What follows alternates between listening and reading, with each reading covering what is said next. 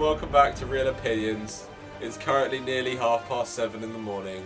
We haven't slept at all.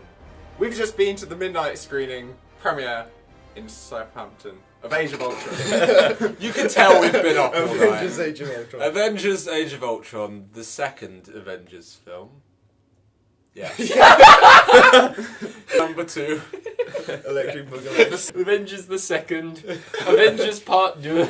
Does someone else want to say something? Tony Stark tries to find a way to stop the Avengers having to avenge. Yeah. So basically, he builds a lot of robotic versions of his Iron Man suits and tries to use Loki's staff to make them smarter, and accidentally creates artificial intelligence, which turns into this super being called Ultron that runs away and decides he wants to destroy humanity. And he meets Wanda and Pietro Maximoff, who are Quicksilver and Scarlet Witch, and then the Avengers team up to fight them and achieve world domination.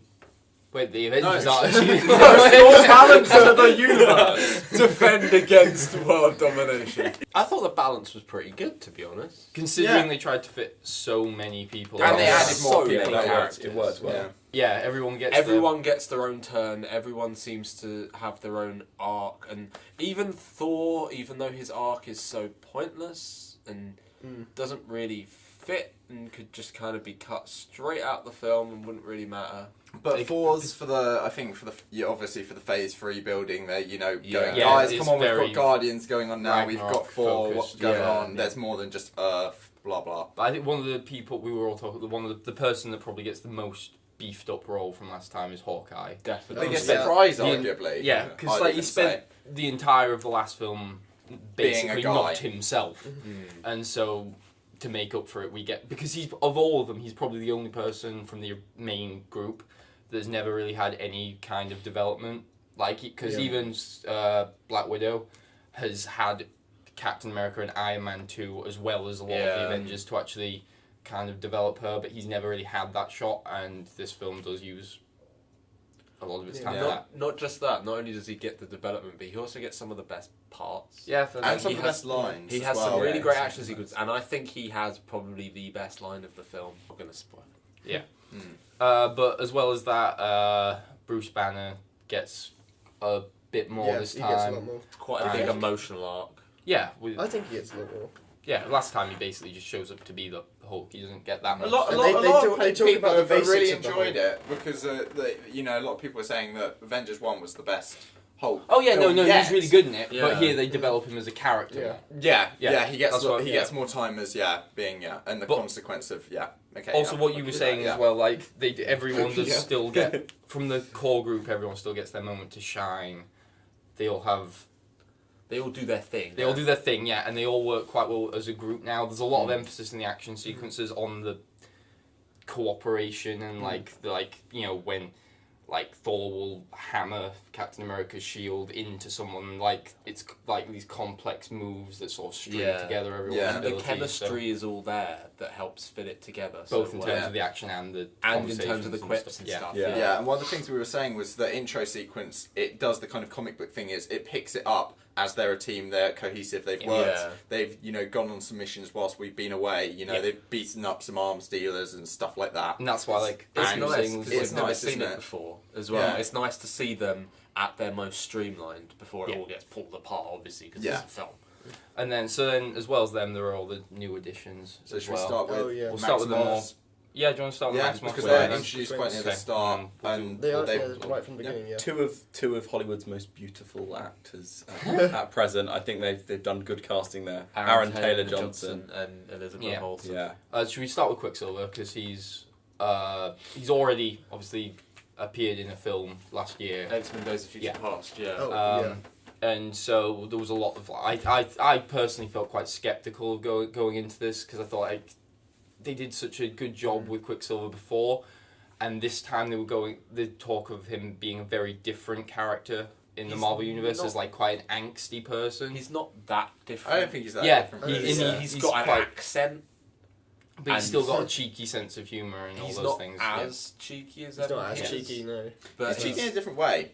Yeah. He's a bit more I don't know, I don't know, ballsy or just it's just a different kind of humour, but it's nice. You can tell he has a darker soul. Yeah, I think. But I think they did a good job of, if not matching the Days of Future Past one, of at least differentiating themselves and standing up, giving it a run for its money. At least. Yeah. And then, but I think Wanda, Scarlet Witch, really kind of out of the two of them definitely steals it. She's definitely got the more interesting powers. She's good. Yeah, she's good. I think she's got the more interesting powers, and because they know she's got the most potential, I think, in terms of the universe. I think she gets a little bit more time than he does. And as well as the major additions, there's lots of like little cameos and other people that pop up. Plenty of cameos. Yeah. Andy Serkis for one. That's awesome. Yeah, who, as another addition, is actually really good. Yeah, he's not. It's not like a massive part, so it doesn't feel like he's certainly a memorable presence. Again, it's setting him up for his role in another film. Yeah. And he's good. And I think generally it does quite a good job of not doing, I suppose, the Spider-Man 3 or even the Amazing Spider-Man 2 thing of having stuff in it. Even though it has more characters than those films, and even though some people literally show up to have like 2 lines, like Stellan Skarsgård does, it doesn't matter because they know who they want their focus to be on. So the difference between this and other times where there's been problems with them being overstuffed is that here they know certain people are going to have their screen time sacrificed, and they've just prioritised it properly. Shall we talk about Ultron himself? Yeah, 100% yes, because it was it felt a bit left wing when Joss Whedon cast James Spader as Ultron. Yeah, I know. A lot of people were like, James who? Because he hasn't been in a film in a long time. And the only thing I knew him from was the US Office. And here he's kind of very similar to how he was in the US Office, which I love though. He's kind of an amalgamation of Tony Stark and the internet. Exactly, basically. Exactly. And he doesn't really understand his own strength through his own power, and he's grown far too quickly. And he's so that my one problem with him is that I didn't feel like there was enough of him, and there was plenty of him in the film. I just wanted more because he was so good. Yeah, he was. And he has some really good comebacks. The good thing is he's like a funny villain, and we've had funny villains in the Marvel canon before, but it's not like the kind of funny villain where it kind of takes away from their threat because he's sadistic. It's a sadistic kind of funny. Yeah, it's not camp, is it? It's not camp. I think overall, and he's a good physical threat as well. Exactly. What counts more is he's a genuine threat to the Avengers. Yeah. When you think you have this team of Earth's mightiest heroes, they are the best superheroes kind of in that universe, and they are genuinely challenged. Because that's one thing. Like I love the first Avengers, but that's one thing that's definitely lacking. Like once they all unite at the end, after that sort of revolving circle shot, they're invincible. Loki's just a guy with a staff. They're literally just fighting hordes of aliens that they can kill with one hit. To be fair, in this one, they're also fighting hordes of robots that they can kill in one hit. But when they come up against Ultron, it's different. Yeah, it's different because you can multiply, and it's not if you kill the main guy, so if you kill his body, he can just go over to another body. Exactly. Because it's all connected. This is the best the action sequences have ever been in any of the Marvel films. Definitely. When I think of any in the Marvel Studios. That's what I can't think of any singular action scene from any of them that would top basically any scene from it felt like the first Avengers was them all coming together, so you didn't really feel like they were in tandem until the very end. And even then it was still them with training wheels on.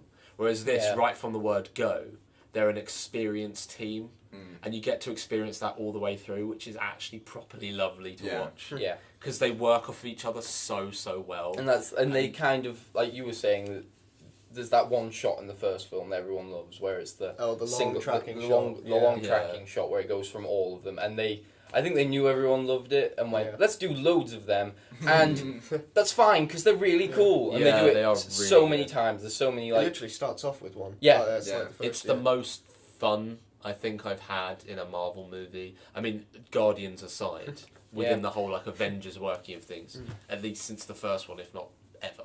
Yeah. So, what else is there? Vision.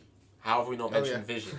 He's kind of like the ace in the hole, really. Yeah. Is he? Yeah, he is. They kind of That's pull what we him were out both in the surprised with. final That act. people kept saying people seem to have loved Vision, and I didn't love him. He's actually kind of bland. Yeah, but that's what I found. I feel like it's again opening it up for further. This is my one problem, and the thing I keep coming back to. My one flaw with this film is the fact that Avengers 1 was the culmination of everything at the time. Yeah. It was what everything was building it's towards. like a monumental event. This is just another step on the way to Infinity War. It does mean that there's lots of these things like Vision where you're kind of getting an introduction to something rather than the full harnessed power of it. Yeah. Because they know they're going further, they know they're going to keep getting funding, so...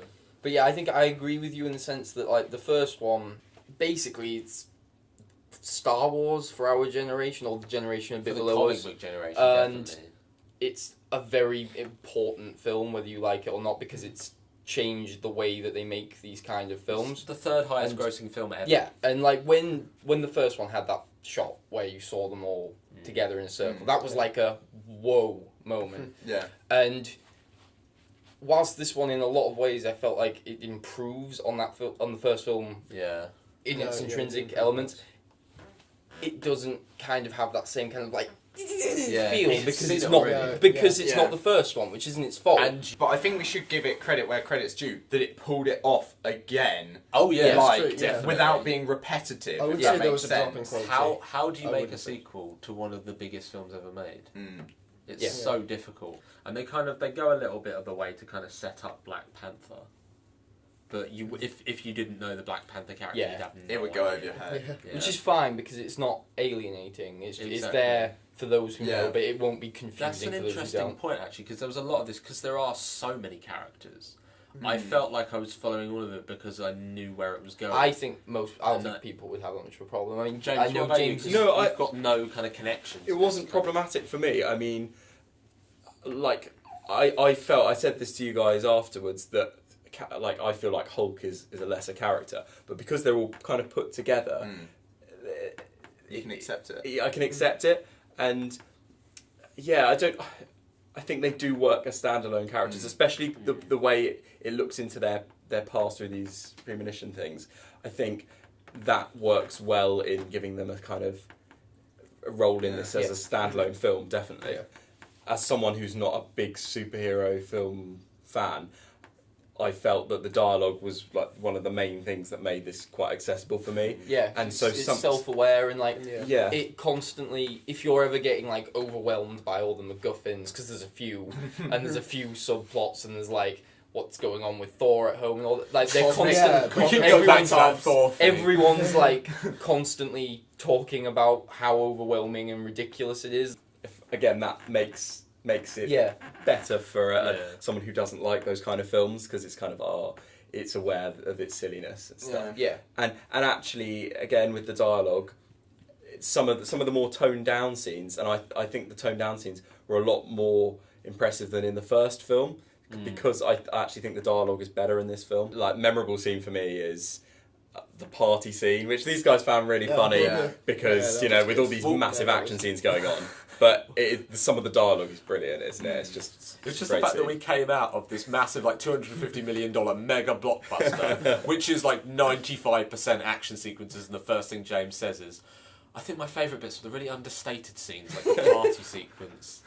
And I'm just like, the bits where stuff exploded! Yeah, also some of the light-hearted bits in it, where there's jokes in the middle of kind of darker scenes, if you will. I think there is a good balance there. It doesn't actually detract, in my opinion, doesn't detract too much. One bit where a joke followed I won't spoil, but a joke followed on very quickly after an event that you don't think a joke should follow on after, where I thought, like, you could have not done a joke so soon after that. Because that was kind of on the back of a running joke, wasn't it? Yeah. And it was kind of. We are talking about the same bit. It was a particularly weak running joke thing in there. Yeah. So One of the guys in the row behind said, "I just nerdgasmed." So I mean, it did it for someone. Exactly. Yeah, that guy was nerdgasming every time someone opened a door. No, he was just announcing the names of any upcoming characters. If he was like a genius, it's like, that's going to be the Vision. It's like great. That's Iron Man. It's like. That one is just a random civilian that we've never met before, but she might have some significance. Whoa. Constant. If I can just briefly say as well, I think some of the I think some of the filming locations in this are really cool. Yeah. Compared to say the first scene, like it goes it's global. Got, it goes like global. A transatlantic kind of thing. Yeah. So should we move to ratings now? Yeah. Which way should we go? Look at that way. Start with me. Yeah. I am going to go with a 9. The only reason this is the most fun I've had with a film in forever. Like, Guardians aside, Yeah. I had more fun with this than I did Kingsman. I did. I thought and just everything in this film I think worked, it's going to be an pretty interesting much. debate, that one, isn't The it? only But anyway. thing, the only thing that left this off a 10 was the few straggling threads, like the fact that Thor's thing doesn't really go We've anywhere. mentioned that so many times. But that is literally my only Berating problem Thor. with the whole film. Look, four avid Thor fans will be so Yeah. happy that the No, cosmic they hot tub won't. made it. There's literally there's a really random Idris Elba cameo. Oh, yeah, random it's- Stellan Skarsgård cameo, and That's true. like a glorified hot tub. There's And that's it. a random. Oh, And then this is the- so clear that you just hate Thor because it's like I don't hate there's Thor. a random Idris I Elba like- cameo, but you don't go on about the Agent Carter. I or like do you? the Idris Oh, her Elba cameo cameo. was fine. Well, that was just kind of it fitted with the Idris Elba one. There was no reason for him to show up. And Apart he's- from his to be fair, class. when he shows up, he doesn't play the same character he played before. Mad, crazed, white-eyed version of Heimdall that just doesn't work. It's a He's- dream. he does, It's he's a like a- dream. I know, But also then it's like The most it's supposed to divisive progress scene the in the plot. entire Thor's film, one's the hot supposed to tub progress the plot. scene. Whereas Thor's one is supposed to progress the plot. Whereas Captain America's just like character development. It just character Captain development. America had a He's plot. sad. It just felt like they could have done another. Because the reason that scene exists is so they can go, that's what the Infinity Stone is. You know. Either way, basically a 9 because Oh, yeah. I feel like, just to get back on The topic. longest summarising comment ever.